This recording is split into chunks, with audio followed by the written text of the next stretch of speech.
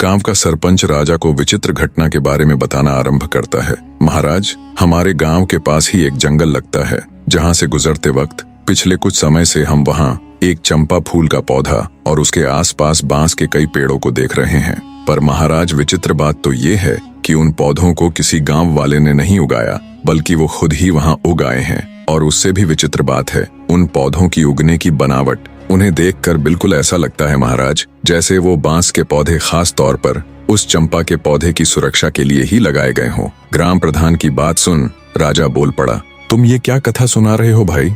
मेरी तो कुछ समझ में नहीं आ रहा। और इसमें ऐसी हैरान कर देने वाली आखिर क्या बात है? पौधे ही तो हैं, उग आए होंगे किसी भी तरह। तब ग्राम प्रधान बोला, क्षमा करें महाराज, पर आप पहले मेरी पूरी बात तो सुन लीजिए। जितनी विचित्र उन पौधों की बनावट है, उससे कहीं ज्यादा विचित्र ये बात है कि वो चंपा का पौधा अत्यंत खुशबूदार फूलों से लदा हुआ है।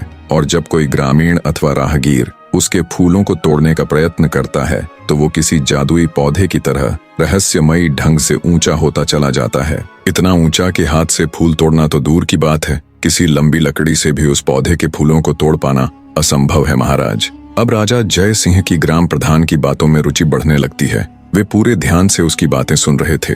आगे गांव का सरपंच बोला, और महाराज, सबसे विचित्र और हैरान कर देने वाली बात तो ये है कि वे पौधे आपस में किसी मानव की तरह बात करते हैं। ग्राम प्रधान की ये बात सुन कुछ देर पहले जो राजा उसकी बातों को हल्के में ले रहा था, अब वो चौंक कर बैठ जाता है कि पौधे आपस में बातें करते हैं, और वो भी बिल्कुल मनुष्य की तरह बोलकर। राजा के साथ साथ पूरा राज दरबार विस्मय से भर जाता है। सभी चौंक कर एक दूसरे का मुंह ताक रहे थे।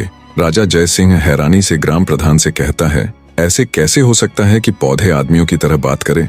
ठीक है प्रधान जी, अब ये भी बता दीजिए कि वो पौधे आखिर बात क्या करते हैं? प्रधान जी राजा को जवाब देते हुए कहते हैं कि महाराज, जब भी कोई मनुष्य फूल तोड़ने के लिए चंपा के पौधे की तरफ हाथ बढ़ाता है, तो चंपा के पौधे से आवाज आती है कि बांस भैया, गांव के ग्रामीण फूल तोड़ने के लिए आए हैं, इनको फूल दूं या लगूं आकाश। इसके बाद उन बांस के पौधों से आवाज आती है, नहीं बहना, लगो आकाश। और उसके आगे का तो मैंने आपको बताया ही है महाराज, कि चंपा की डालियां इतनी ऊंची होती चली जाती हैं कि उनसे फूल तोड़ना असंभव है। परंतु सुबह जमीन में अपने आप अत्यंत सुगंधित फूल बिखरे हुए मिलते हैं, पर आज तक कोई भी व्यक्ति उन फूलों को अपने हाथों से नहीं तोड़ पाया है। गांव के सरपंच की बात सुन राजा जय सिंह सोच में पड़ जाता है। फिर कुछ देर विचार कर वो अपने भरोसेमंद वजीर गौरीनाथ को बुलाकर उसे निर्देश देते हुए कहता है, मंत्री जी, आप फौरन वहां जाओ और सच का पता लगाओ। वजीर गौरीनाथ जी महाराज कह तुरंत ग्राम प्रधान को साथ ले गांव के लिए चल पड़ता है।